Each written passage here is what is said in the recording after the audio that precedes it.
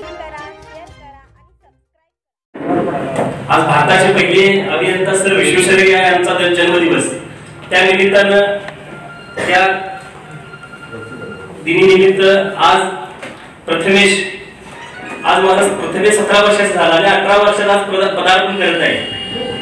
आणि नेहमी त्याचा वाढदिवस मी संग्रामदादा, विलासदा, पूजावरसाहेब, विष्णुदा, आमचे जे कौटुंबिक आमची सगळी जी मंडळी आहेत त्यांच्यासोबत मी हा कार्यक्रम त्याचा जन्मदिवसाचा आमच्या हॉटेलवरती उपस्थित त्याचा जन्मदिवस मी साजरा करायचोच. पण आज थोडासा वेगळा एक कार्यक्रम करायचा असं मला इच्छा झाली. मी काही निमित्तानं गडहिंग्लजमध्ये एका कामानिमित्त गेलो असता आदरणीय मोरे साहेबांची माझी ओळख त्या निमित्ताने एका कार्यक्रमाच्या ठिकाणी झाली. आणि त्याला जे त्यावेळी फोन यायचे, त्या फोनवरती मला समजलं की मोरे साहेबांचं महत्व काय. मग ज्या काही त्या दूध व्यवसायातल्या अडचणी आहेत त्या लोक फोन करून साहेबांचं मार्गदर्शन फोनवरती घ्यायची. मी ते सगळं बघितलं आणि ठरवलं. साहेब म्हटलं 15 तारखेला माझ्या मुलाचा वाढदिवस आहे आणि त्यानिमित्त तुम्हाला माझी छोटीशी विनंती आहे की तुम्ही कुदनूरला माझ्या भागातील गावातील लोकांना दुग्ध व्यवसायाच्या माणसासाठी गावी या. तर त्यांनी ते आमंत्रण माझं स्वीकारलं. मी म्हटलं एका क्षणातच म्हटलं की मी यायला तयार, म्हणजे काहीच अडचण नाहीये. तसं बघितलं तर मला वाटतं चंदगड तालुका, आता कोल्हापूर जिल्ह्यात चंदगड तालुका सर्वात मोठा आणि दुग्ध व्यवसायामध्ये या चंदगड तालुक्यामध्ये कुदनूर हे सर्वात मोठं गाव दुग्ध व्यवसायामध्ये. आज प्रत्येक शेतकरी पारंपरिक पद्धतीनं शेती करतोय, पण त्याच्याकडे व्यावसायिक दृष्टिकोनावर कोणी पाहिलं नाहीये. मग तो शेती व्यवसाय असतो किंवा दुग्ध व्यवसाय असतो. मग पारंपरिक पद्धतीनं आपण त्याच्यातून आपलं आर्थिक नियोजन साधणार नाही किंवा आपली कर्ज असतील किंवा आपल्या ज्या गरजा आहेत त्या भागणार नाहीयेत. त्याला जोडधंदा कुठला तर हा दुग्ध व्यवसायाचा जोडधंदा. पण ह्या बाबतीत पण काय झालंय, दुग्ध उत्पादक आहे तो आहे तसाच आहे, त्याच्या आर्थिक नियोजनामध्ये काही बदल झाला नाहीये. ह्या घटकावरती अवलंबून असणाऱ्या बाकी इतर ज्या बाबतीतल्या एजन्सी आहेत त्या खूप श्रीमंत झाल्या, गर्भ श्रीमंत झाल्या. आमच्या साहेब त्या काळी दूध डेअरीपेक्षा थोडंसं पूर्वी कसं होतं, ते भागाभागात दूध भरणार लोक असायची. डेअरी संकल्पनानंतर आली गवळी असायचे, ते दूध प्रत्येक घरात जाऊन दूध भरायचं, तिथून कलेक्ट करून मग कुठे बाजारात लोक घेऊन घेणं असं होतं. त्यानंतर दूध डेअरी आल्या, त्याच्यामुळे थोडा पैसा लोकांना मिळत गेला, आर्थिक परिस्थिती लोकांची सुधारत थोडी फरक पडत गेली. पण म्हणावं तसं अजून त्या व्यवसायाकडे अजून व्यवसाय म्हणून तुम्ही बघितलं नाही अजून. तर बाकी एजन्सी सगळ्या श्रीमंत झाल्या. पण याचाच एक भाग म्हणून आदरणीय मोरे साहेबांच्या माध्यमातून आपल्याला याची उन्नती कशी करता येईल, की आता आपली शक्यतो मला वाटतं प्रत्येकाच्या घरी साहेब एक दोन जनावर आहेतच. तर ह्या जनावरांच्या तुमच्या काही तक्रारी असतील तर त्या तक्रारीत सुद्धा जनावरांच्या मोरे साहेबांच्या चर्चेत तुम्ही सांगितलं तर त्याच्यावरती पण मार्ग साहेब सांगतील. किंवा त्याचं नियोजन कसं करायचं, म्हणजे तुम्ही गोठा पद्धत तुमची कशी असावी, ओपन गोठा पद्धत असावी, त्याच्यानंतर त्याचं खाद्य कुठल्या प्रकारचं खाद्य वापरता यावं, त्याला किती टाइम खाद्य घालावं, अशा बऱ्याचशा बाबीच्या आम्हाला त्यातली जास्त कल्पना आहे. पण मोरे साहेब तुम्हाला प्रत्येक गोष्टीत मार्गदर्शन सांगतील की याच्यामध्ये निश्चितच काही होतकरू जर काही तरुण असतील तर त्या तरुणांना पण मार्गदर्शन, म्हणजे वेगवेगळ्या बँकांच्या वेगळ्या योजना आज शासनामार्फत भरपूर अशा योजना आहेत, पण त्या तळागाळा लोकांच्या पण येऊ शकत नाहीत, पोहोचू शकत नाहीत. आपल्या लोकांना तेवढी अजून त्याची माहिती नाहीये. तर अशा वेगवेगळ्या कोणत्या शासनाच्या योजना असतील तर त्या शासनाच्या योजना आपल्या मार्फत पोहोचवण्यासाठी म्हणून आज मोरे साहेब प्रथमेशच्या वाढदिवसानिमित्त आज कुदनूरमध्ये आले. त्यांचं प्रथमतः मी स्वागत करतो आणि इथंच थांबतो. आपण सर्वजण ह्या निमित्तानं माझ्या प्रथमेशला वाढदिवसानिमित्त शुभ आशीर्वाद द्यायला आला. माझ्या भागातील बरेचसे ग्रामस्थ, सरपंच बरेचसे इथं उपस्थित आहेत, त्याबद्दल मी आपल्या सर्वांचं धन्यवाद मानतो आणि हा कार्यक्रम पुढे सुरू राहील असं मी जाहीर करतो.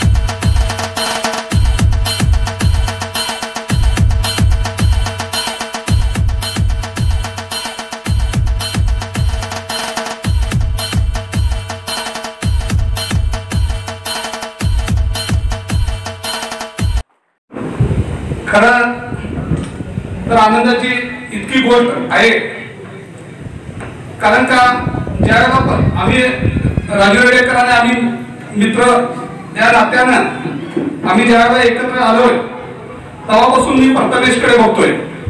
प्रथमेश कुठल्या परिस्थितीमध्ये मोठा झाला आणि कसा मोठा झालेला आहे. खरोखर प्रथमेशकडे बघितल्यानंतर मला एक आपल्याला आनंद होतोय की एवढ्या कष्टातून प्रथमेश म्हणजे हाल आणि ह्याच्यामधून मोठा झाला हे कुणालाही शक्य झालं नसतं.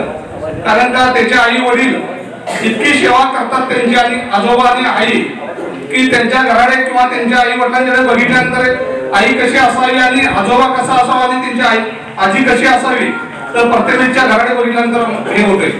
कारण का अशा मुलाला मोठं करणं एवढं साधा सोपा गोष्ट नसते आणि प्रत्येक यांच्या लाडातून इतका मोठा झालेला आहे की खरोखर एक आनंदाची गोष्ट आहे. प्रथमेशकडे विचार आणि त्याचं डोकं बघितलं तर एक आम्हाला चांगल्या सुशिक्षित माणसाला सुद्धा तो हरवेल असा तो हुशार एक मुलगा आहे. कारण का कायम सुरभी दादा त्याच्याच आम्ही बघतोय मोबाईलवरती आणि तुमच्या राजकारणामध्ये. प्रथमेशला एक सांगू इच्छितो कारण का आमच्या तर राज्यामध्ये प्रथमेश महाविकास आघाडी झालेली आहे म्हणजे शिवसेना काँग्रेस आणि राष्ट्रवादी आणि आम्ही पण घटक पक्ष आमचा पण थोडा प्रचार कर प्रथमेश. कारण फक्त शिवसेनेचा प्रचार करू नको प्रथमेश सांगू इच्छितो. कारण का बघितलं तर व्हॉट्सअप नुसतं शिवसेना सकाळी उठलं की शिवसेना प्रथमेशच्या आजीला संध्याकाळी पण झाला शिवसेना असते. म्हणजे आता तुझ्या वेगळ्या कार्यक्रमासाठी इकडे मनसेचे जिल्हाध्यक्ष आलेले आहेत, इकडे काँग्रेसचे अध्यक्ष जिल्हाध्यक्ष आहेत, मी काँग्रेसचा जिल्हा परिषद सदस्य माझी पत्नी आहेत, पण कार्यक्रमाला दादा पण कार्यक्रमाला आलेले. महाविकास आघाडीचा प्रचार उद्या म्हणजे राज्यात पण सत्ता टिकेल एवढं प्रथमेश सांगू इच्छितोय. खरं तर आनंदाची गोष्ट इतकी आहे दादा की प्रथमेशकडे बघितल्यानंतर खरोखर म्हणजे एक मुलगा कसं असावं तर प्रथमेश सगळं असावं असं आम्हाला प्रत्येकाला एक धाडशी मुलगा विचाराने हे असावं असं वाटतंय. आणि या भागातील त्यांचे वडील राजू रेडेकर पण एक कर्तृत्वान आणि धाडशी व्यक्तिमत्व असणारा राजू रेडेकर आमचा मित्र आहे. महाराष्ट्राचे लाडके मुख्यमंत्री आदरणीय उद्धवजी साहेब आदरणीय आदित्यजी साहेब आणि आज या राजाभाऊ रेडेकरांचे चिरंजीव प्रथमेशचा वाढदिवस आणि वाढदिवसाच्या निमित्तानं आजच्या कार्यक्रमाचे प्रमुख अतिथी कार्यक्रमाचे अध्यक्ष आम्हा तमाम शिवसैनिकांचे आधारस्तंभ आदरणीय संग्रामदादा कुपेकर साहेब. त्याचबरोबर आज आपण ज्यांचं व्याख्यान ऐकण्यासाठी या ठिकाणी जमलोय. व्याख्यान म्हणजे कसं असतं मी पण एक चांगला वक्ता आहे पण वक्ता ज्यावेळी स्टेजवर असतो आणि हा सगळा जो कार्यक्रम चालू असतो त्यावेळी तो वक्ता जो असतो ना तो प्रत्येक वेळी त्याचं एक लक्ष असतं की केव्हा एकदा मी व्याख्यानाला उभं राहतो आणि केव्हा एकदा माझे लोक ऐकतात. हे वक्त्याचा एक फार मोठी खंत असते मोरे सर. तो नाही आहे दादांचं मला तेच बोलणं चालू होतं सगळं काय.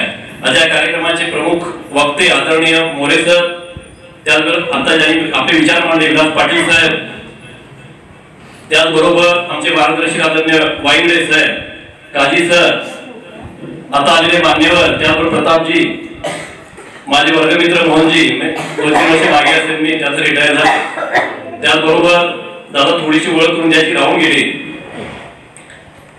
की आपण ज्यावेळी एखाद्या लहानशा दुर्गम भागामध्ये जातोय आदिवासी पाड्यामध्ये जातोय आणि एखादा श्रीमंत कुटुंबाचा एखादा लहानसा मुलगा असतोय अतिशय श्रीमंत घरातून लहानाचा मोठा झालेला असतोय आणि ज्यावेळी शाळेमध्ये तो जात असतो त्यावेळी शाळेत त्याची एक बॅग असते मागे 2-4 हजाराची बॅग अडकवलेली असते, एखादी सायकल असते किंवा बाप त्याला एखाद्या गाडीमध्ये घालून त्या शाळेपर्यंत पोहोचवत असतो. पण एखादा गरीब घराचा मुलगा ज्यावेळी आपण बघतोय त्याच्या अंगावर बॅग पण नसते, त्याला घालायला पायामध्ये चप्पल पण नसतात आणि सोडायला बापाकडे गाडी पण नसते. अशा भयंकर अवस्थेमध्ये ते बाळ त्या शाळेमध्ये जात असतं आणि या सगळ्या गोष्टींचा विचार करून की आपण त्या गरीब मुलांसाठी काहीतरी द्यायचं आहे, त्या दुर्गम पाड्यामध्ये जाऊन आपल्याला काहीतरी द्यायचं आहे, त्या आदिवासी मुलांसाठी आपल्याला काहीतरी करायचं आहे. म्हणून मला वाटतं गेली 14-15 वर्ष सेवानिवृत्त झाल्यानंतर सुद्धा पोलीस म्हणून निवृत्त झाले मुंबईमध्ये. मला वाटतं आता 20-22 त्यांना काहीतरी पेन्शन आहे आणि त्या 22,000 मध्ये जी पूर्ण पेन्शन येते ती पूर्ण पेन्शन दादा जे गरीब मुलांना दप्तर देणं, वया वाटप म्हणा किंवा कंपास वाटप हे आमचे आदरणीय मामा करतात. माझ्यासोबत आलेले माझे मामा पांडू मामा आज जास्त वेळ मला वाटते फार वेळ झालेला आहे, जास्त वेळ गेला नाहीये. दादा पण व्यासपीठावर आहे, पण जेव्हा प्रथमेशला व्यासपीठावर आणलं गेलं त्याच्यासमोर केक ठेवला गेला आणि गाणं वाजलं त्या ठिकाणी. बार बार दिल ये आए, बार बार दिल ये गाए, तुझे हजारों सांग ए मेरी है आरज़ू. डोळ्यामध्ये खडकन कुठंतरी पाणी आलं, मला कुठंतरी ठस करून वेदना झाल्यासारख्या झाल्या, कुठंतरी टोचलं मला फार काही बोलायचं आहे, फार काही बोलायचं आहे, पण आज वक्ते आहे, मला बोलता येत नाही. जेव्हा मी पाहत होतो, मी प्रथमेशकडे पाहतोय, प्रथमेशच्या आईकडे पाहतोय, प्रथमेशच्या आजोबांकडे पाहतोय, प्रथमेशच्या आजीकडे पाहतोय आणि प्रथमेशच्या वडिलांकडे, माझ्या राजाभाऊकडे पाहतोय. मी राजाभाऊसाठी प्रत्येक वेळ दादा सांगतोय, दादा राजाभाऊ तुम्ही श्रीकृष्ण आहात, आम्ही सुदामा आहोत, लहानशी माणसं. विलासरावांनी सांगितलं की तो लहानाचा मोठा झाला कसा, किती वेदना झाल्या, किती यातना त्यांना सोसाव्या लागल्या आणि करत करत करत प्रथमेशचा ज्यावेळी वाढदिवस असतो तो वाढदिवस आम्ही चुकत नाही. मी जास्त वेळ घेत नाहीये, बोलायचं फार काही आहे, पण अजून दादा बोलायचं आणि मान्यवर बोलायचं. आता एक लहानशी कविता मी देतोय. त्या ठिकाणी मला बोलवलं आदरणीय दादांच्या माध्यमातून असेल, आमचे जिल्हा प्रमुख आदरणीय देवणे साहेब यांच्या माध्यमातून मला शिवसहकार सेना गडिंग तालुका संघटकपदी माझी निवड झालेली काम करायची संधी दिली. येणाऱ्या काळात दादा तुमच्या आदेशाने आम्ही निश्चितपणे काम करू. जाता जाता मी सर्वांसाठी, सर्व यशस्वी माणसं आहेत, प्रत्येकाला मला यशस्वी व्हायचं आहे, मला कुठेतरी जायचं आहे, मला काही वेगळ्या क्षेत्रामध्ये मला कार्य करायचं प्रत्येकाच्या मनामध्ये असतं. जाताना एक लहानशी कविता सगळ्यांसाठी देतो आणि मी थांबतोय. हे यात्रिका तू तुझ्या मार्गाने जा, हे यात्रिका तू तुझ्या मार्गाने जा, मागे वळून पाहू नकोस. जो हिशेब कधी केला नव्हता तो यापुढेही कधी करू नकोस. तुला साथ सोबत कुणी करणार नाही, दिवाणखाणी दिव्यांचा प्रकाश तुझ्या रात्रीवर कधी पडणार नाही. तू राहणार आहेस एकटा, अगदी एकटा, दक्षिण ध्रुवावरील बर्फासारखा अगदी एकटा. पण असंच एकाकी पण लाभलं होतं ख्रिस्ताला, असंच एकाकी पण लाभलं होतं बुद्धाला, असंच एकाकी पण लाभलं होतं मोहम्मद पैगंबरांना, असंच एकाकी पण लाभलं होतं माझ्या छत्रपती शिवरायांना, असंच एकाकी पण लाभलं होतं माझ्या धर्मवीर शंभू राजाला. हीच तुमची संगत, हीच तुमची सोबत. जय हिंद, जय महाराष्ट्र.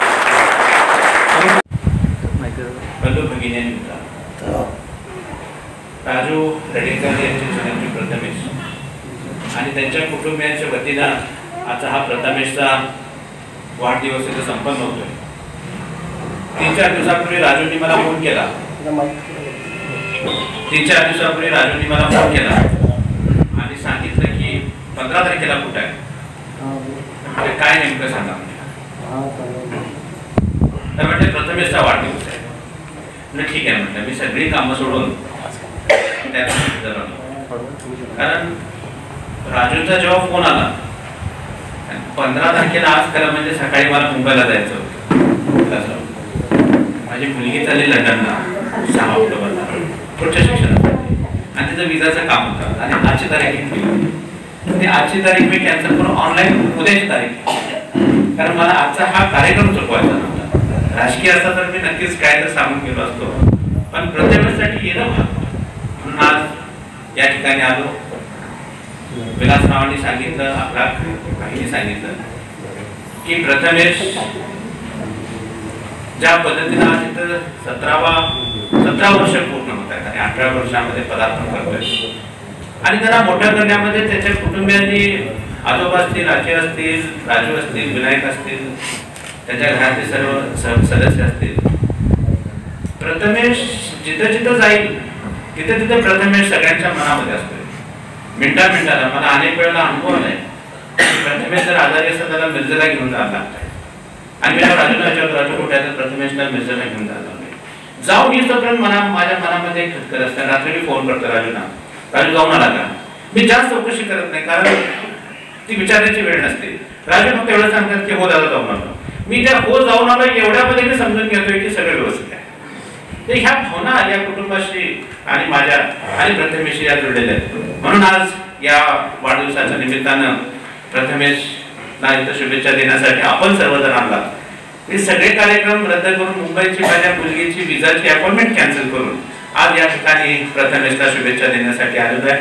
प्रथमेश निश्चितपणानं उद्याच्या भविष्य काळामध्ये जे ही सगळी मोठी होणार आहेत आपापल्या क्षेत्रामध्ये, राजू रडेकर असतील, विकासराव असतील, बसवंत सर कुठे आहेत, बसवंत सर आहेत, पिलू पाटील आहेत, हे सगळे मंडळी मोठी हे सर्वांचा साक्षीदारत्व असणार आहेत, काळजी करू नकोस. त्यामुळे हेच आज आशीर्वाद या निमित्तानं मी तुला देतोय. आज राजू खरोखरच तुम्ही कौतुकास पात्र. अनेक वाढदिवस होतात, अनेकांचे डिजिटल बोर्ड लागतात, ते डिजिटल बोर्ड कोपऱ्या कोपऱ्यात लागतात, परंतु आपल्या मुलाच्या वाढदिवसाच्या निमित्तानं समाजाला काहीतरी उपयुक्त ठरेल असा कार्यक्रम आपण राबवावा ही संकल्पना राजू तुम्ही तुमच्या सहकार्याने या ठिकाणी राबवली. आणि ती राबवत असताना नेमकी कोणती संकल्पना घ्यायची मनामध्ये, तर जो शेतकऱ्यांशी निगडीत असलेला विषय, शेतकरी ज्याच्यावरती पोट भरतो, दूध व्यवसाय, ह्या दुधाशी संलग्न हा कार्यक्रम घेतला जावा. नाही तर डिजिटल बोर्ड लावतात, डॉल्बी असतोय, केक कापायचा, केक ठरवायचा, नंतर तोच केक तोंडात लावायचा आणि नंतर ते फोटो सोशल मीडियावर व्हायरल करायचे. विष्णुपण आपला बहीण आपल्याला सर्वांना माहिती आहे. पण ह्या सगळ्याला कुठेतरी राजू तुम्ही आणि तुमच्या कुटुंबाची एक वेगळी संकल्पना देत या ठिकाणी दुधा संदर्भामध्ये आधीच माहिती व्हावी यासाठी मोरे सरांना आपण केलं. खरं म्हणजे मोरे साहेबांच्या नंतर माझं अध्यक्ष भाषण होतं, पण छोट्याशा दुधा संदर्भामध्ये आपण तज्ञ आहात, पण माझ्या मनामध्ये काही या दूध व्यवसाय संदर्भामध्ये शंका आहेत, त्या मी तुमच्या समोर मांडणार, ज्या सर्वसामान्य शेतकऱ्यांच्या असणार आहेत आणि त्याचं उत्तर म्हणजे त्या अडचणी त्याचा मार्ग कसा काढायचा हे तुम्ही आम्हाला जर सांगितलं तर आधी त्यात फरक पडेल. खरं म्हणजे शेती बरोबर दुधाचा व्यवसाय हा मोठ्या प्रमाणात आपल्या ग्रामीण भागामध्ये केला जातो. अशी राजू रडेकरांनी उल्लेख केला की कुन्नूर गावामध्ये आणि या परिसरामध्ये तालुक्यामध्ये दुधाचं फार मोठ्या प्रमाणात संकलन होतं. पण दुधाचं संकलन होत असताना खऱ्या अर्थानं शेतकरी याच्यामधून आपल्या पायावरती उभा राहिलाय का? जरूर उभा राहिलाय. पण किती प्रगती झाली हे प्रश्नचिन्ह आहे. किती प्रगती? ठीक आहे, मी मान्य करतो की 10 दिवसाला बिल येतं, त्या 10 दिवसाच्या बिलावरती आपलं कुटुंब चालतं. त्यातनं अधिक उन्नती होण्यासाठी काय करावं लागेल? कारण मला आठवते किंवा माझ्या ज्ञानाप्रमाणे महाराष्ट्राची जडणघडण करताना वायदे साहेब आपण इथं गणपतराव देशमुखांचं कार्य जे आता मागच्या महिन्याभरापूर्वी निधन झालं, सलग 55 वर्ष, 45 का 55, सलग 55 वर्ष 11 वेळा आमदार होते. 11 वेळा म्हणजे 11 वेळा आमदार असताना माणूस परत होईल का नाही किंवा मला नाही. पण वायदे साहेबांनी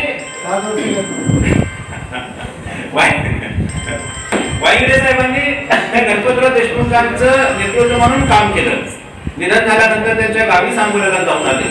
त्यामुळं मागच्या 55 वर्षापूर्वीचा महाराष्ट्र आणि आताचा महाराष्ट्र हा जर बघितला तर याच्यामध्ये जमीन आसमानाचा फरक झाला आपण बघतोय. जेव्हा महाराष्ट्राची निर्मिती झाली, महाराष्ट्राची जडणघडण झाली, त्यावेळेचे राज्यकर्ते यशवंतराव चव्हाण असतील, वसंतदादा पाटील असतील, यांनी हरित क्रांतीची आणि धवल क्रांतीची घोषणा केली. आणि हरित क्रांती आणि धवल क्रांतीच्या माध्यमातून सहकार खात्याची सुद्धा या ठिकाणी फार मोठ्या प्रमाणामध्ये सहकार चळवळ उभी केली. आणि हरित क्रांती आणि धवल क्रांती उभं करत असताना मला आठवतंय धवल क्रांतीची जेव्हा संकल्पना या महाराष्ट्रामध्ये त्यावेळेच्या राज्यकर्त्यांनी मांडली, वसंतदादा पाटील असतील, यशवंतराव चव्हाण असतील, शंकरराव मोहिते पाटील साहेब असतील. शंकरराव मोहिते पाटील साहेबांचं नाव त्या धवल क्रांतीमध्ये फार कमी घेतलं जातं, पण त्यांचं योगदान फार मोठं आहे या धवल क्रांतीच्या याच्यामध्ये. कारण त्या परिसरामध्ये आपल्याच परिसरामध्ये शंकरराव मोहिते पाटलांनी बांधावर जाऊन गाई आणि म्हशी शेतकऱ्यांना मिळून दाखवल्या, दूध काढून दाखवलं की तुम्ही शेती बरोबर हा जोड व्यवसाय म्हणून केला पाहिजे. आणि तेव्हापासून ती संकल्पना महाराष्ट्रामध्ये आली. आज आपल्या परिसरामध्ये दुधाचा व्यवसाय हा फार मोठ्या प्रमाणात आहे. मोरे साहेब, माझ्या गावामध्ये मी दूध संस्थेचा चेअरमन आहे. माझं स्वतःचं दूध माझ्या दूध संस्थेला जाते. मी घटप्रभा विकास संस्थेचा सुद्धा चेअरमन आहे. वायदे साहेबांना जवळ माहिती आहे, कारण माझ्या शेजारी माझ्या दूधच्या संपर्कात असल्यामुळे माझ्या दूध संस्थेमध्ये जे दूध येतं आज जे काही दूध संकलन होतं सकाळ संध्याकाळ ते त्या उत्पादक सभासदांच्याकडे जेव्हा आम्ही घेतो दूध संस्थेला, पूर्वीच्या काळामध्ये डिग्री म्हणून होती, डिग्री अशी बाटली टाकायची आणि ते वर आणायची, त्याच्यावरती तुमचं हे मिळायचं, रेडिंग काढायचं, त्यातलं एसएनएफ फॅट किती असेल ते त्यातलं ते कळायचं. जसं जसं तंत्रज्ञान बदलत गेलं तसं तसं नवे तंत्रज्ञान यायला लागलं आणि कॉम्प्युटरच्या माध्यमातून आता फॅट तपासणं, एसएनएफ तपासणं हे यायला लागलं. आणि आता पावती सरळ निघाला की एक लिटर जर दूध घातलं गाईचं किंवा म्हशीचं त्याचं फॅट किती लागली, एसएनएफ किती लागलं आणि त्याचं बिल किती मिळणार आहे हे 10 दिवसाला म्हणजे रोजच्या रोज सकाळ संध्याकाळ हे त्याच्यामध्ये मिळायला लागलं. आता हा शेतकरी उत्पादक जो आहे हा शेती बरोबर दुधाचं उत्पादन करतो. ऊसाच्या माध्यमातून जे काही पिकतं ते 99% मला माझ्या हिशोबाने ते सोसायटीकडे जातं. कारण विकास संस्थेकडनं जे कर्ज घेतलेलं असतं, मग कमा असेल, खावटी असेल, मध्यम मुदत असेल, ही कर्ज जी घेतलेली असतात ही कर्ज भेटण्यासाठी हे सोसायटीकडे वर्ग केलं जातं. परंतु दुधाच्या माध्यमातून 10 दिवसाला येणारा जो पैसा आहे तो आपल्या कुटुंबासाठीच फक्त तिथं खर्च केला जातो. आहे का नाही हे बरंच वादातीत विषय आहे, पण मला आजच्या या कार्यक्रमाला वाटतं की रेडेकर साहेबांनी माझी अजिबात ओळख नव्हती, योगायोगाने ओळख झाली. ओळखीचं रूपांतर फक्त एकमेकाचं व्यवसाय काय हे करण्याच्या बाबत आलं आणि त्यांनी माझी माहिती घेतल्यानंतर मला म्हटले साहेब मी तुमच्या घरी दिवस येणार आहे. आणि आल्यानंतर चिरंजीवला घेऊन आले. माझ्या घरामध्ये खरोखर या एक अतिशय वेगळ्या आत्म्याचं आगमन माझ्या घरामध्ये झालेलं आहे. आणि त्याच वेळेला माझ्या मनात क्लिक झालं, मी चांगले जनावर शेतकऱ्याला घेऊन देतो निश्चित, मी माझी खाती आहे गॅरंटी देतो मी तुम्हाला. माझ्याकडे 5 मिनिटं जनावर उभा केलं तर ते किती दूध देण्यापासून किती लग्न देणार किती शेत देते हे सांगते. नाही म्हणतो माझी स्तुती सांगते असायला बात आहे. पण मला माणसाची पण पार ते जे काही 5-6 कार्यक्रम झाले होते त्यावेळेला मला एक सेन्स निर्माण झाला असते. त्यावेळेला हा आत्मा माझ्या घरी आल्यानंतर मला वाटलं की खरोखरच याच्यावर काय तरी वेगळं आहे. देव ज्यावेळेला हा गोष्टी देतो माणसाला, एखादी गोष्ट काढून देतो, एखादी गोष्ट काढून देतो तेव्हा 9 गोष्टी जास्ती देतो असं म्हणतात. पण तिची गोष्टी म्हणायचं मी मुद्दाम मगाशी सांगितलं कोपेकर साहेबांनी, विनंती करून मी त्यांना बोलतोय. कोपेकर साहेब भावी जर आमदार व्हायचं असेल तर तुम्हाला तुमचे बेस्टच कुठली काढून दिली पाहिजे.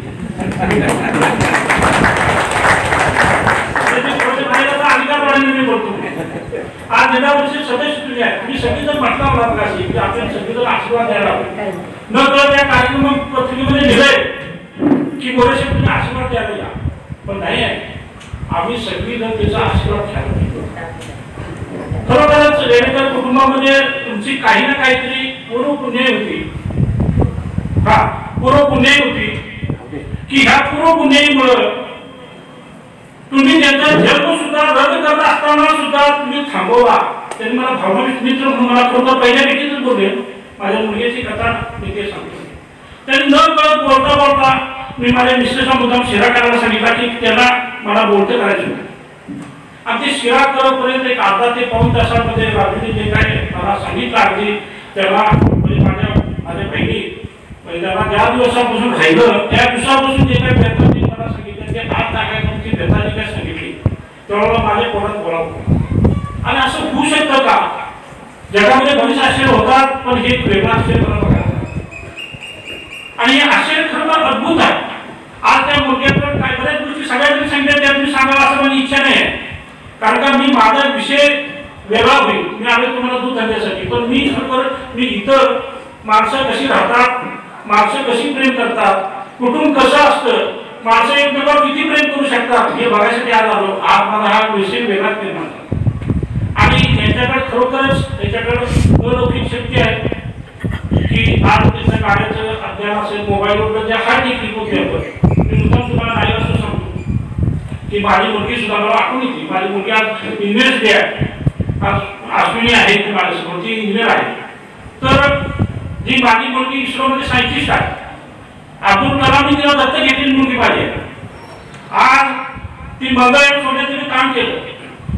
आज रिमोट सेन्सिंग म्हणून जो सब्जेक्ट आहे की जे ज्ञान कुठं करायचं तिच्यामध्ये ती काम करते. मला फार अभिमान वाटतो त्या गोष्टीचा. आज ती IIT मध्ये उच्च हे झाली, त्यानंतर 50 लाख सेंट्रल गव्हर्नमेंटनं तिला दत्तक घेतलं. अब्दुल कलाम ती शिकली गेली त्याला सगळ्याला गोष्ट वाहिनी साहेब माझ्याशी साक्षीदार आहेत. त्या गोष्टी करत असताना माणसं मुलावर प्रेम करतात निश्चित आहे, ठीक आहे. पण एखाद्या फक्त मांसाच्या गोळ्यावर पहिल्यापासून प्रेम करायचं आणि 17 वर्षी वेगळ्या पद्धतीनं वाढवायचं आणि तिची ती इथं यायची, हे रेडेकर साहेबांनी मोठा वाढवला असणे खरोखर प्रथमेश रेडेकर कुटुंबाला सांभाळते असं मला ते प्रामाणिकपणे वाटतं. आणि इथून पुढं आम्ही त्याला सांभाळतो म्हणण्यापेक्षा तेच आपल्याला सांभाळतो अशी इथून मला भावना निर्माण करू. आणि मी खरोखरच त्या चांगल्या आत्म्याला प्रचंड यश परत त्यांच्यापेक्षा वरिष्ठ जे कोण असेल तर त्यांनी द्यावं अशी विनंती करून मी माझ्या विषयाकडे वळतो. धन्यवाद. पृथ्वीश, तुला वाढदिवसाच्या खरोखर तूच आम्हाला आशीर्वाद द्यायला पाहिजे असंच मी तुला सांगतो. तुझं आज जे वाढदिवस आहे ते वाढदिवस अतिशय काटापाटा पद्धतीनं आता माझ्या मी बोलतो कारण का मी माझ्या विषयाकडे वळत असताना काढणीपासून पहिलं गोष्ट काढतो. आज इथे काय दिसतं त्याच्यामध्ये काय दिसतं तुम्हाला? जिथं तुम्ही आहे मी तुम्हाला कधी नाही करत नाही. म्हणजे मी माझी आई पण अशीच होती, माझे वडील पण असेच होते. माझे वडील शिक्षक जरी असतील तर माझी आई ह्या ठिकाणी होती. आणि माझी आई हा दूध व्यवसाय करत असताना त्या दुधाचा नफा मिळेल का बघून हे काम करत होती. आता या माणसाचा पट्टा पडलेला आहे. ती बाई बिचारी कष्टानं हा दुधा आणि दुसऱ्या वर्षी 30-40 रुपयाला विकतो. याला कारण काय? त्याला कारण हे खरं कारण काय? त्याचे जे काय पाय आपल्या दूध व्यवसायाचा पाय जो आहे पैदास आहे किंवा काही गोष्टी असतात तुम्हाला अगदी ह्या शास्त्रीय भाषेत सांगणार नाही. तुम्हाला अगदी खेड्यातल्या लोकांना समजेल अशा भाषेत सांगण्याचा मी शक्यतो एक 15 ते 20 मिनिटांपर्यंत प्रयत्न करतो की जेणेकरून मला खात्री आहे पृथ्वीच्या वाढदिवसाच्या निमित्तानं उद्या सकाळी तुमचं दुधाचे पैसे जास्त वाढणार. मला खात्री आहे मी महाराष्ट्रात 5 ते 6 हजार कार्यक्रम घेतले. उद्या सकाळी जे काय कालची पावती असेल मगाशी कुठे साहेबांनी सांगितलं तुम्हाला पावती दिली जाते. पण त्या पावतीमध्ये 50 रुपये असतील तर 55 रुपये, 70 रुपये मिळत असतील तर 100 रुपये जर मिळण्याची ताकद मी जे काय माझ्या स्वतः गायीवर मी जे काय प्रयोग केले तुम्ही पुस्तकात ते सांगत मी माझ्या गाय स्वतः बाळगून मी जे काय प्रयोग केले ते तुम्हाला थोडक्यात सांगण्याचा प्रयत्न करणार आहे. आणि तीच खरं पुष्पगुच्छ मी प्रथमेशला तुमच्या रूपाने अर्पण करणार आहे. आता हे जे काय या गोष्टी आहेत ते मोठं काम घडलं. आणि जर आपल्याला जर आपल्याला असा फायदा घ्यायचा जर असेल तर आपण नेमकं काय करायला पाहिजे त्याच्याबद्दल मी थोडंसं माहिती देण्याचा प्रयत्न करतो. पहिली बाब काही सोसायटी मार्फत प्रकल्प करतो, केडीसी बँक मदत करते, मी त्या कमिटीवर होतो बरं का. आज तुम्हाला आश्चर्य वाटलं मी अरुण नागरे साहेब चेअरमन जेव्हा होते, आढळराव पाटील चेअरमन जेव्हा होते तेव्हा पहिला व्यक्ती विरोध करणार मी होतो की केडीसी बँकेची प्रकरणं तुम्ही करू नका. ते म्हणजे का तुम्ही काय असं तुम्ही अधिकारी आहे, तुम्ही अधिकारी लेवलला बोला, आम्ही लिडर आहे, आम्ही नेते आहे, आम्हाला तुम्ही शिकवू नका ह्या भाषेत मला उत्तर दिलं गेलं. मी त्याने एकच कागद काढला. केडीसी बँकेनं 450 कोटी रुपये वाटले. 400 कोटी रुपयाला त्यावेळेला 40,000 रुपयाला म्हशी विकली होती. आज आपल्या गावात भागात म्हशी किती आलेली किती दूध वाढायला पाहिजे तर 40,000 भागीले 450 कोटी करा किती जनावर असतील त्यांना धक्का बसला. हे केडीसी बँकेच्या बोर्ड मीटिंगमध्ये मी जाऊन बोललेला माणूस आहे. गोकुळच्या बोर्ड मीटिंगमध्ये जाऊन मी बोललो त्यावेळेला ते म्हणजे ह्याच्यात आढळराव पाटील माघार घेतली. अरुण त्याला खाली बसावून सांगितलं आणि विचारलं गेलं की काय म्हणजे त्याचं ऐकायला. तर मी त्यावेळेला सांगितलं आमच्या म्हशी ह्या बाजारात येत नाही, आमच्या म्हशी सगळ्या एसटीत येतात. काय मी बोलतो समजा बघा आमच्या सगळ्या म्हशी काय येतात एसटीत येतात. आता तुम्ही मला काय भांडवली एसटीत देतात तर तिथं नुसतं बिल्ला काढायचा आणि खायच्या घरातल्या म्हशीला काय करायचं प्रकरण करायचं. मी काय म्हणतो समजलं का बघा. हा प्रकार आता थोडाफार बंद झाला मी काय म्हणते बघा. पण दुसरा वाईट काय प्रकार चालू झाला हे सोलापूरला गुजरातला कशासाठी जायचं जाऊन तिथं काय करणार आहे तिथली पावती पाहिजे तर हे करा पावत्या दुसऱ्या यायला एसटी मशीन घ्यायला पावती मार्फत बस यायला मी काय म्हणते समजा तेही बंद केल्यानंतर तिथे विरोध झाला आणि गावातल्या म्हशीच्या काही ताशात पोट्यातले आघात काही त्याच्यावर सुद्धा मार्केट म्हशी यायला लागल्या. हे ज्या वेळेला बघायला लागलो तर तिथं चूक कुणाची आहे निडर लोकांची चूक नाही. चूक पहिल्यांदा आमची आहे. मी शपथपूर्वक सांगतो, मी माझ्या आईला बदलायला 6 महिने काढले. त्यावेळेला मी टीचर लेक्चरर म्हणून गेलो. मी 6 संघावर एमडी झालो फक्त माझ्या एका गाईमुळे. आणि त्या गाई म्हणजे मी जे 3 वर्ष त्या गाईसाठी जे काय राबलो, 1987 चा मी इंग्रोड राजकारणामध्ये ते देशमुख जे बीबी होते ते माणसामध्ये बीबी निर्माण केली जाते पोटामध्ये, ती बीबी मी काय केली म्हणजे ती वासरू मी माझ्या गाईच्या पोटामध्ये 1987 ला निर्माण केली आणि दाखवून दिलं की बाबा आपलं जे काही आपल्याला बदलायचं असेल, आपला प्रपंच आपण बदलायचा असेल तर एक बोट तुमच्याकडनं करता 4 बोट तुम्ही स्वतःकडून सुधारा. आता सुधारणा ते काय करायला पाहिजे? पहिलं काम आता मी जे काय 10 ते 15 गोष्टी सांगणार आहे तेवढ्या त्या जर घेऊन गेला तर तुम्हाला फार मोठं यश मिळणार आहे. पहिलं काम काय करा, तर ज्यावेळेला तुम्ही म्हैस निवडताय किंवा गाय निवडताय, आपला हा धंदा असा आहे, आपला धंदा असा आहे म्हणजे आपण त्याची धार काढते, वेळेवर पाणी घालत नाही, काय नाही, म्हस मग लाट मारते, आपण उतार निवडतो. लक्षात आलं का? आपला हा व्यवसाय असा आहे. हा जर व्यवसाय बदलायचा असेल तर मी जी काही गाय घेतली होती ती अशी गाय ती सिद्धेश्वर बाळीकुटुंब संस्थेचं मी अत्याधिक चेअरमन ह्या गायीमुळे 37 वर्ष मी चेअरमन आहे त्या गायीचं. मागच्या वेळेला ठरावाला काय काय प्रकार झाला तुम्हाला सगळ्यांना माहिती. उघड बोलणं बरोबर आहे. 2-2 लाख 3-3 लाख रुपये एक ठरावासाठी गेले. माझ्याबरोबर मला मुद्दाम सांगा वाटतं योगा ह्याची वाईट साहेब होती. मी गावात नाही झेंडा वगैरे जातो आणि संगीत केंद्राला जातो. मी चेअरमन आहे बरं का, ठरावामध्ये मग हक्काने जातो. लक्षात आलं का? त्यावेळेला त्यांनी सांगितलं ह्याला कारण काय, तर एका गायीकडे मी माझ्या गावात काय बदल केला. 60 लिटर गावचं दूध होतं, 3 महिन्यात 600 लिटर केलं. 60 लिटरचं दूध मी विडावचं होता, 3 महिन्यात 600 लिटर करायचं. त्यांच्यासाठी पहिल्यांदा मला शेणाभात घ्यावा लागला आणि मी पहिल्यांदा आईच्या पासून घालतच होतो. आईला पहिल्यांदा मला बदलायला लागला, आईला शिकायला लागलं. आईला काय शिकायला लागलं? आईच्या ज्या गोष्टी त्याच अपडेट तुमच्या आहेत. तुमची म्हैस किती दिवसात काम जाते हो? वर्षात 2 वर्षात. माझ्या आईच मला सांगायची 2 वर्षाशिवाय म्हैस का भरवायची नाही. पावला आला की नरवाय नको, म्हणजे पावला आला की दूध 4 दूध पाहिजे. अगं म्हटलं शिळी पाळायची, बस कशा पाळायची? म्हणजे पहिल्यांदा कल्पनाच वेगळ्या आहेत आपल्या. तर आजपासून तुम्ही शपथ घ्यायची. मी तुम्हाला माझ्याकडे 37 कोटी दत्तक आहेत, त्याच्या आधारावर मी बोलतोय. 37 कोटी दत्तक असताना हे जे काय बोलणार आहे ते खरे तुम्ही बोलणार आहे. 350 कोटी जे काय दत्तक आहे त्या दत्तक गोट्यामध्ये एकही म्हैस 3 महिन्याच्या वरती काम आम्ही काढू देत नाही. आज माझ्या आई बहिणी तरी पण मी मन मोकळ्यापणाने मी बोलणार आहे. मला थोडंसं हा काय माझ्या बहिणीच्या समोर मी बोलते काय का तू धंदा प्रगत होण्याचा. बाई माणसाला पाळी 1 महिन्यात येते. पाळी व्यवस्थित असेल तर गर्भ राहायला पाहिजे, पुढं बाळ होत नाही. हे आपल्याला माहिती आहे, पण म्हशीची पाळी एकाही शेतकऱ्याला माहिती नाही. माझ्या आईला पण माहिती होती. मी पहिल्यांदा म्हशीची पाळी काय सांगितली, आज तेच मी पहिल्यांदा सांगणार. दर 22 दिवसाला म्हशीची पाळी होते. म्हैस व्याल्यानंतर 22, 44, 66 आणि 88 त्या दिवसाला कॅलेंडर पुन्हा करा, नुसतं पुन्हा करा. लस ठेवा बस का नाही बाबा, पैसे घ्यायला लागत नाही, डॉक्टरला बोलवायला लागत नाही. अरे पाळी करायला पाहिजे ना, करायला पाहिजे नको, कळली पाहिजे का नको? साहेब गोपी साहेब तुमच्या प्रश्नावरच मी जास्तीत जास्त भर देतो.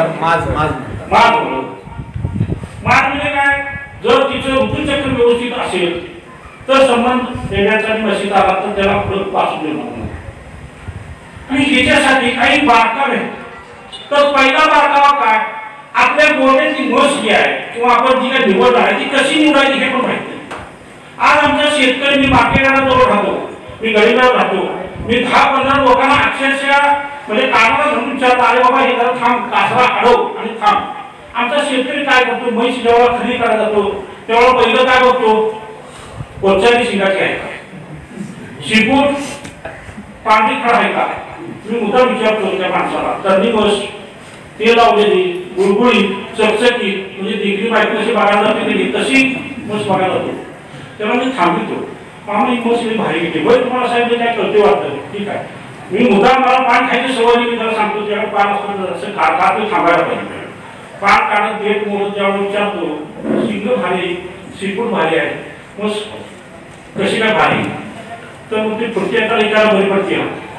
म्हणजे बघा साखरपुड्याच्या अगोदर सोडची जायच्या म्हणजे घराकडे बायको घेऊन पण जायला नाही, पण तिची सोड किती जाईल त्या दुसरा आहे, कारण ह्याला इकायला जर घ्यायचं असेल तर घेरावं ना, शेतकरी कशावर घेण्याला तुला बसवलेला आहे, बरोबर.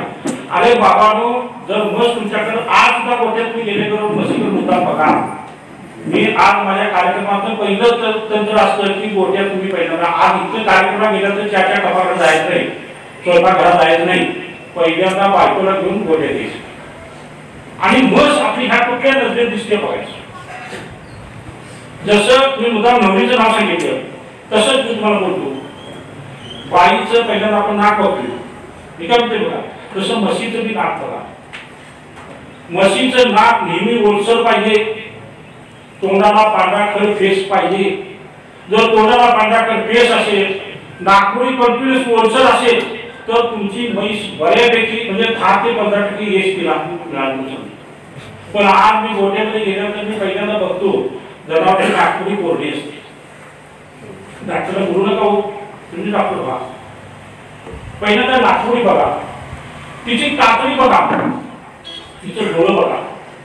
डोळे जर घाणसर असतील, चकचकीत डोळे जर असतील तर तुम्हाला ते जनावर काय कशा पद्धतीचं आहे समजतं. चमडं जर वरून बघितलं, एखादा तरुण मुलगा असेल, आज आता विकास आहे, तिचं चमडं जर बघितलं तर लागेल, वयस्कर माणसं चमडं बघितलं तर शिस्ती झाला. खेडी लोक काय करतात, फसवतात, ते तेल लावतात, ते लावलं जातं, चकचकीत केलं जातं, गोडलं जातं, म्हणजे पावडर वाढण्यासारखा प्रकार होतो. आणि ह्या तसं पुन्हा तुम्ही बघता, बघा खाली बघा, ह्या शिरा बघा. पहिल्यांदा ह्या शिरा बघा, जेवढे शिरा नागपुरी बनण्याचे असतील, जेवढे मोठ्या स्वरूपात असतील तेवढं रक्त काशेकडे जातं. आणि तुम्हाला माहितीसाठी सांगतो, 500 लिटर रक्त ज्या वेळेला काशाची फिरतं तेव्हा 1 लिटर दूध तयार होते. म्हणजे म्हशी जागा 500 लिटर रक्त नसतं, पण म्हशी जागा 40-50 लिटर जे काय रक्त आहे ते रक्त ज्या वेळेला सर्क्युलेशन होऊन ज्या वेळेला जातं काशेकडे तेव्हा 500 लिटर रक्त फिरल्यानंतर 1 लिटर दूध तयार होते. आणि हे रक्त फिरायसाठी सगळ्यात मोठं औषध कुठलं आहे तर पाण्याचे नंतर सांगतो. आज मी फक्त पाणी वापरून त्या देवीचं दूध डबल केलेलं आहे आणि तुमचं सुद्धा होणार आहे. 3-4 दिवस औषधानंतर विक्रेतीनंतर आपल्या घरात काय चालतो आपण. आज सगळ्यात स्वस्त काय आहे तर पाणी आहे. पाणी म्हणून दूध वाटलं, दुधात पाणी म्हणून वाढलं नाही बरं आपण काय करायचं, जनावरांना पाणी पाजून कसं वाढवायचं ते नंतर सांगितलं. पण ते सगळ्यात खराब प्रकार कुठं आहे, त्या शिरेमध्ये. त्या शिरेमध्ये योग्य वेळेला रक्त फिरेल आणि हे फिरायसाठी काम काय करतं, पाणी करतं. जर रक्त पातळ करायचं काम कोण करतं, पाणी करतं. लक्षात आलं का. आणि त्यामुळं त्या शिरा बघा, ती कास बघा, ही एटीएम आहे. तिन्ही टाइम मी म्हणतो मी त्याला, म्हणजे एटीएम म्हणजे फक्त पैशाचं कर्ज. पण हे जर एटीएम जर तुम्हाला ठेवायचं काम जर असेल तर 4 खाली समांतर रेषेत पाहिजे. खाली हात लावला तर सगळ्याचे सगळे खाली तुम्हाला काय दिसायला पाहिजे, सारखी दिसायला पाहिजे. जी कास म्हणतो तुम्ही बघितलं, फक्त कास आपण फोटो बघतो, चुकीच आहे. कास जेवढी दूध काय निर्णयापर्यंत आपण इथे निर्णय म्हणतो ना, आम्ही जर काय भागातली भाषा वापरतो. शेतीकडे कास जर केली असेल तर ती म्हैस अत्यंत दुधाला चांगल्या पद्धतीचं शिकवली जाते. ज्या बरगडे त्या एका ज्या बरगडे त्या बरगड्यापासून जर पाठीमागच्या बाजून बघितला तर ह्या दिशेत जर तुम्ही बघत असाल, हा पाठीमागचा भाग जितका मोठा असेल तेवढं जनावर निरोगी असतं, तेवढं जनावर काय असतं, निरोगी असतं. हे तुम्ही कुठल्या दिवशी बघण्याचा प्रयत्न करा. हे न बघता जनावर घेऊ नका. आणि ह्याच्यासाठी विकास बिझनेस म्हणजे माझं काही कुठल्या प्रकारचा बिझनेस लेवल आहे, तुम्ही तुम्हाला काही वेगळं सांगायचं वाटेल. तुम्ही पहिल्यांदा फक्त जनावर आणायला जात असाल तर जनावर कशी खरेदी करायची ह्याच्यासाठी 1 तासाचं ट्रेनिंग देतो. त्याच वेळेला गुजरातला पाठवून देतो. तुम्ही दुधाचा झुणका करून घेऊन जायचा, 3 धारा काढायच्या, तिथं माणसं फसविणार हेच, त्याच्याबद्दलचा काय प्रॉब्लेम नाही. पण आपण फसायचं नाही. आणि ते कसं फसायचं नाही ह्याच्यासाठी वेगवेगळं म्हणजे आम्ही आता काय हे ट्रेनिंग केलं, शेतकरी उभा करण्यासाठी प्रॅक्टिकल नॉलेज केलं. ते करूनच देतो. ते करून दिल्याशिवाय आपण म्हणजे आम्ही नुसतं हे लेक्चर देण्यासाठी मी आमची कंपनी नाही. आज मेडिकल साहेबांच्या निमित्तानं आपण हे थोडंसं व्याख्यानात त्याचं रूपांतर करावं. 350 कोटी दिला दत्तक घेतले, मी प्रॅक्टिकल काम करण्यासाठी घेतलेली. तर पहिल्यांदा जनावर खरेदी करत असताना अशी दक्षता घ्या. आणि दक्षता घेत असल्यामुळे हा पाया होईल की एका वेतात जर एका गाईनं 6000 लिटर दूध दिलं आणि म्हशीनं जर 3000 लिटर दूध दिलं तर कलेक्टर पेक्षा जास्त पगार मी माझ्या गायला देतो. माझे शेतकरी आताचे कोण आहेत तर कॅप्टन इंद्रजीत जाधव, आर्मी मध्ये वयाच्या 28व्या वर्ष होतं. कॅप्टन पदावर असणाऱ्या माणसानं माझी व्याख्या देखील आली. फोक्सवॅगन कंपनीमध्ये मॅनेजर असणारा माणूस त्यांचे जे सर आहेत ते विभागाने मारून हवेला जायचे त्याच्याकडे जाऊन आले. बंधू त्यांच्याकडे जाऊन आले. विजय पाटील म्हणून जो आहे हा फोक्सवॅगन मध्ये मॅनेजर आहे. 3 लाख रुपये पगार होता. बायकोला 1.25 लाख रुपये पगार होता. त्या लोकांना मी 10 गायीपासून 30 गायीचा कोटा आता जो काय केलेला आहे त्याच्या पोटात गायीच्या पोटात जे वासा आहे त्याच्यासाठी लोक पैसे लावतात. आपण काय केलं ही ब्रीडिंग सिस्टीम चालू केलेली आहे. आज बघा तुम्हाला बरंच तुम्ही उघडेडवाने बघत नाही. आज गोपेकर साहेबांची कल्पना निश्चितपणे चांगल्या लोकांना माहिती आहे. आज एक कुत्र्याचं पिल्लं घ्यायचं आहे. एक कुत्र्याचं पिल्लू चांगलं जातीमध्ये कुत्र्याचं पिल्लू कोणाला मिळतो 15,000-20,000 पोटात कुत्रीचे पिल्ले असतात. लोक पैसे द्यायला जातात तिच्याकडे. जर मला पिल्लू पाहिजे आडवास किती असेल. आणि आज आम्ही 1.25 लाख रुपयाची बस मोरा घेतोय आणि रेडको मध्ये त्याचं कोण बघायला पण येत नाही. ह्या बाबतीत पोते मिळाला मला सायकलमध्ये फिरवतोय. इथं तळबोळ प्रकार बराच मोठा होता. ही जर आमची अवस्था असेल कुत्र 15,000 ऍडव्हान्स बुकिंग का आणि आपण धंदा करत असताना ह्याला चूक हो. ह्याला शासन चूक नाही. ह्याला जिल्हा परिषदेचा अध्यक्ष चूक नाही. जिल्हा परिषदेचा डॉक्टर चूक नाही. गोकुळ कोणी चूक नाही. चूक आपली आहे. धंदा आम्हाला करायचा आहे. धंदा त्यांना करायचा नाही. मी साहेब आहे मला धंदा करायचा नाही. तुम्हाला धंदा करायचा आहे आणि तुम्हाला धंदा करायचा असेल तर धंद्याचं नॉलेज तुम्हाला थोडंसं घ्यावं लागेल. आज मी आईला सांगितलं आईला कोणता प्रश्न आम्ही आई मी एक गाय घेणार. मी प्रामाणिकपणे शपथ करून सांगतो 1987 मी गाय घेतली. आईला सांगितलं तुझा गोठा तुझं तू सांभाळायचं. मी एक बस सांभाळा. आज गोकुळ काय करतो मी गोकुळा गोकुळ होतो. मी पैसे देत होतो आईला. आई माझा ऐकायचं भाग होतं. त्याला वाटतं काय तो आता घराचा गोठा कुठून काय. मी पहिला मेंबर होतो. नेसकाड्या तोडल्या गोट्यात एका बाजूला लावल्या आणि एक गायचं दावं पहिल्यांदा उत्कृष्ट गाय दिली. कापशीची गाय दिली. रवींद्र आपटे पण त्यावर धंदा करत होती. गायीचा व्यवसाय करत होती. कापशीची 3-4 गोट्याची गाय आणली आणि मी गायीचं दावं कापून मुक्त गोठा केला. आता मुक्त गोठा म्हणजे तुम्हाला बऱ्याच वेळा लोकांना मुक्त गोठा म्हणजे काय मुक्त गोठा म्हणजे काय दुसरं काय नाही. गायला दावं बांधायचं नाही. गायला नाही दावं बांधला तर ती दूध बाबा वाटतं. किती दूध नुसतं बांधलं तर दूध कधी येतं. तुम्हाला नुसतं सांगितलं रेडेकर साहेबांनी सांगितलं उद्यापासून काही अपारमध्ये टाकून तरी माणसाला मी सांगतो त्याने देतो. 1 वर्षाला 1 लाख रुपये बक्षीस देतो. इथं काय करायचं जिलेबी मटर काय पाहिजे त्याला देतो. टीव्ही लावून देतो. पण खाली राहायचं नाही. तिथं तुम्ही बंद कोण राहील का जेलमध्ये राहायचं वाटतं. मी काय तसं म्हणा तसं गाईला आम्हाला मोकळं सुद्धा कोणीतरी कोण राहायचं नाही. सगळं देत असताना सुद्धा आणि गाईला मात्र 2 तुम्ही जावं लागतं. इकडे तिकडे बघायचं नाही. कशी तू देणार मानसिकता जराशी बदला. पैसे माझ्याकडे आज हवाई सुंदरची ऑफर आहे. मला साहेब गोठा घालायचे. मी शपथ करून सांगायला जायला असेल काय ती म्हणते ती मला 10 काढायला येत नाही. मी तिला वासर मागायला सांगितलं. तिला काय सांगितलं वासर मागायला सांगितलं. आणि बाबा मी प्रामाणिकपणे देखील देतो तुमच्याकडे माहिती देतो. मला चॅलेंज माझ्याकडे 3 वर्षात डबल केला. 3 वर्षामध्ये डबल व्यवसाय. एक गाय ज्यावेळेला तुम्हाला 10 गायी तुम्ही पाळल्या 5 मुलं होती 5 तरी माझ्या होती म्हणजे 5 तरी रेड्या होती. समजा मुरापाशी आणल्या 10 5 रेड्या होती. 5 काय होती रेड्या तुम्ही मध्ये मदत झाली. दुसऱ्या वर्षी 5 तिसऱ्या वर्षी 5 15 म्हशीचा गोठा 10 म्हशीमध्ये 15 म्हशीचा गोठा. आज विजय पाटलाचं हे सिद्ध आहे. ही टीव्हीने मुलाखत घेतलेली आहे. तिची मुलाखत ऐकण्यासाठी कशी आहे. ज्या माणसानं हे जे तुम्हाला मी आता व्याख्यान द्यायला लागलो हेच व्याख्यान त्या माणसानं मला 10 रुपये गरीब करत 3 तास माहिती घेतली. पहिला वहिनीचा प्रोजेक्ट मी त्याला केला आणि मग ते चालू केलं. हा जो बेस आहे हा बेसच्या स्वरूपात आपण थोडासा जाऊ. ज्या वेळेला आपण म्हैस निवडली म्हैस निवडल्यानंतर सगळ्यात घराच्या घरात पैसे आता आईच्या म्हशीचं दूध जर तुम्हाला वाढायचं असेल ते थोड्याशा गोष्टी मी तुम्हाला सांगतो. सगळ्यात घराच्या घरात आता आज संध्याकाळी जर तिला दूध तुम्हाला वाढायचं आहे म्हशी बदलून नंतर पण आजच्या जर दूध वाढायचं असेल तर पहिल्यांदा अंगठा लावून धाकवणार. अंगठा लावून धाकवणार.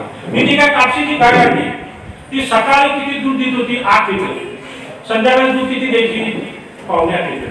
आणि ही काय भांडण पडलं दूध गाय मला 7 लिटर दूध देत नाही. माझ्या लक्षात आलं आमची आई धार कधी काढत होती? सकाळी 7ला संध्याकाळी 6ला. 1 तासाचा संप पहिल्यांदा आपण कथन घ्यायचा आणि म्हशीच्या गाईच्या कासेमध्ये परिस्थिती अशी होती 12 तासांमध्ये दूध वाढत नाही. 12 तासांचं दूध हायपोड राहतं आणि जर दूध अगोदर 11 तासात काढलं तर 1 तासाचं ते परत म्हणजे 2 तासाचा संप आपण करतो. त्यामुळे पाव लिटर दूध ऑटोमॅटिकली बंद व्हायचं. सकाळी 7ला धार काढली, संध्याकाळी 7ला धार काढली, तुम्ही धारला अर्ध सारखं ठेवलं, योग्य पद्धतीनं धार काढली, योग्य पद्धतीनं जर धार काढली तर तुम्हाला काय होईल? दूध उत्पादन वाढेल. मी पहिलं काम काय केलं बघा, 8 लिटर सकाळी 8 लिटर संध्याकाळी पावणे 8 लिटर. जी गाय 15 लिटर दूध देत होती त्या गायीला मी प्रामाणिकपणे सांगतो 32 लिटर दूध काढलं. किती लिटर दूध काढलं? 32 कशाच्या आधारावर काढलं? पहिलं बघा मी तुम्हाला म्हणते तसं जी आमची म्हैस दावं काढ केलं, पहिल्यांदा पाणी द्यायला चालू केलं. आता 5 तुम्हाला गोकुळची नोकरी करणारा माणूस मिळतो, दूध पाणी कधी पाजत जाणार? आई समजा 5 वेळा पाणी पाजलं तर शेताला कोण जाणार? आपला मी प्रश्न आहे. मी काय केलं, दावं कापल्यामुळं जे काय प्लॅस्टिकचे ड्रम असतात ऑइल बदलीचे तेवढा ड्रम होते. मी 1987ची घटना सांगतो. जर असा जे तुमच्या ऑइल बदलायचे तेवढे 20 लिटरचे प्लॅस्टिकच्या बादल्या नाही. मी मेस्काडे तोडल्या, पाणी सांडू नये एवढी व्यवस्था केली आणि पाणी ठेवला. तुम्हाला आश्चर्य वाटेल, जी माझी गाय फोटोमध्ये दाखवली अशा पद्धतीची याच्यात गाय होती, ही अशा याच्यात गाय ही पद्धतीची गाय तुम्हाला वाटणार नाही. त्या गायीनं उन्हाळ्यामध्ये 83 लिटर पाणी प्यायलं आणि दिवाळीच्या दिवसामध्ये 79 लिटर पाणी प्यायलं. आता 79-80 लिटर जर पाणी पित असेल तर दूध 32 लिटर देऊ शकतो. तुम्ही फक्त आणि फक्त तुमच्या स्वतःच्या चुकीमुळे दूध तुम्ही बंद केलेलं आहे. कुठल्याही अधिकाऱ्यानं दूध बंद केलं नाही. पाणी फुकट मिळते. मला इकडं पाण्याला काय कमी नाही ना, काय चाव्या तरी मोठ्या दिसतात, त्या चाव्या बंद करत नाही, त्याच्या तुम्ही त्या पाण्याचा जर चांगला उपयोग केला आणि जास्तीत जास्त तुम्ही ते पाणी पाण्याचा जर प्रयत्न केला तर तुम्हाला मी गॅरंटी देऊन देतो त्या म्हशीमध्ये 1-1.5 लिटर 2 लिटर दूध 100% वाढणार. पहिलं काम काय करा, तर पहिलं काम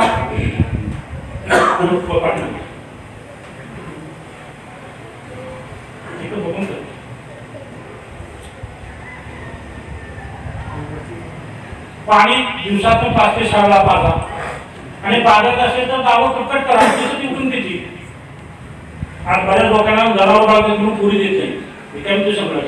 मी नोकरदार माणसाला जनावर दिले. माझ्याकडे जे शेतकरी येतात, आता तुमच्या हातात धंदा खाऊन थोड्या दिवसात राहणार आहे माहिती का सांगायचं. माझ्याकडे एक लाईन आहे धारवाडचे आमदार साहेब, तुम्हाला पण माहितीसाठी असलं तुम्ही एक दिवशी जाऊ, कारण ह्या भागात आपल्याला डेव्हलपमेंट करायचं आहे.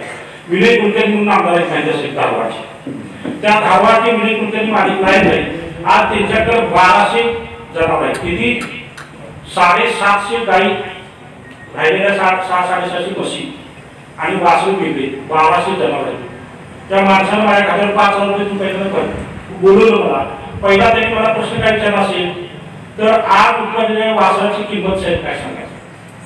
तिथून पुढे आम्ही वेगळ्या पद्धत कामाला ही अशी माणसं जर मॉडेल शेतकरी आपण जर निर्माण भागात केले तर कुठल्या गोकुळ दुसऱ्याची पहिल्यांदा तुम्हाला स्वतःला बदलावं.